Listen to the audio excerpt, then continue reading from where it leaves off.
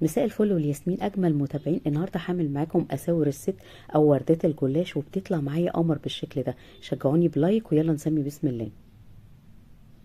معايا ورقه من الجلاش بيكون طري طازه، لان الجلاش لو ناشف هيتفرفت مش هينفع يتعمل بالطريقه دي. بطبقها نصين بالشكل ده، وبدهنها دهنه زبده، دهنه بسيطه. عصايه الشيش طاووق بحطها والف عليها بالشكل ده. اللفه بتبقى مهويه، مبتبقاش جامده عشان تديني الكشكشه اللي انا بعملها دي.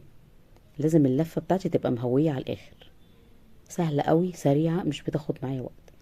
بقفلها بالشكل ده وبقفلها كويس قوي من الجناب، بتطلع معايا بالشكل ده. سهله قوي سريعه، عايزاكم تجربوها تعجبكم قوي. لو عندك عيد ميلاد، لو عندك مناسبه، لو عندك ضيوف بتقدمها لهم، شكلها بيبقى حلو قوي، ولا طعمها بتبقى مقرمشه وخطيره.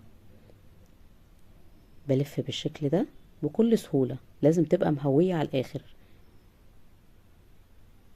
وبكشكشها بالشكل ده. سهله قوي سريعة وشكلها جميلة.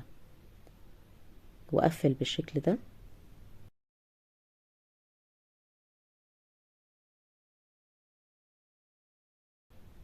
ما تنسوش تحطوا لايك ودعموني بالاشتراك في القناة. ما تنسوش تفعلوا الجرس عشان يوصلكم كل جديد.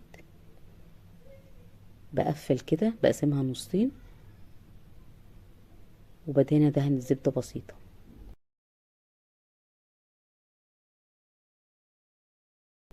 والفها كده على عصاية الشيش طاووق. اي حاجة رفيعة عندي، قلم، اي حاجة بتنفع.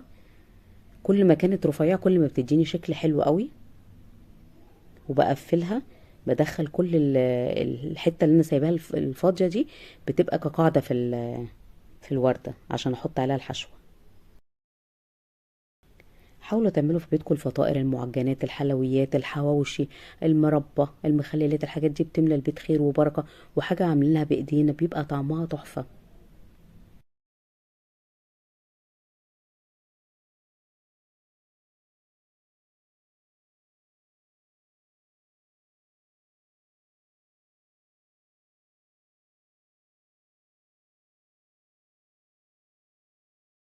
بقفل كويس قوي كده.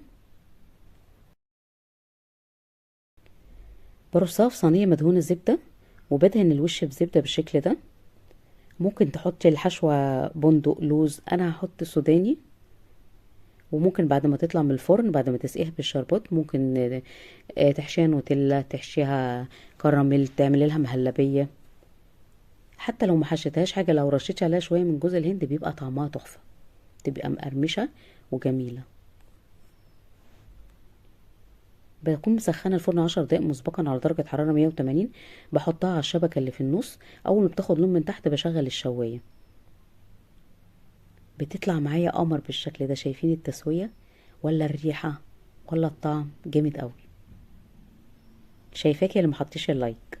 اول ما بتطلع سخنه بسقيها بالشربات بارد. الشربات كوبايتين سكر، كوبايه ميه، عصره نص ليمونه.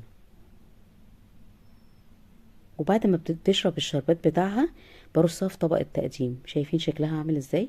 طبعا السوداني لما بحط عليه شربات بيلزق فيها، بيبقى بالشكل ده. شكلها جميل، مقرمشة، طعمها خطير. ما تنسوش تحطوا اللايك. باي باي.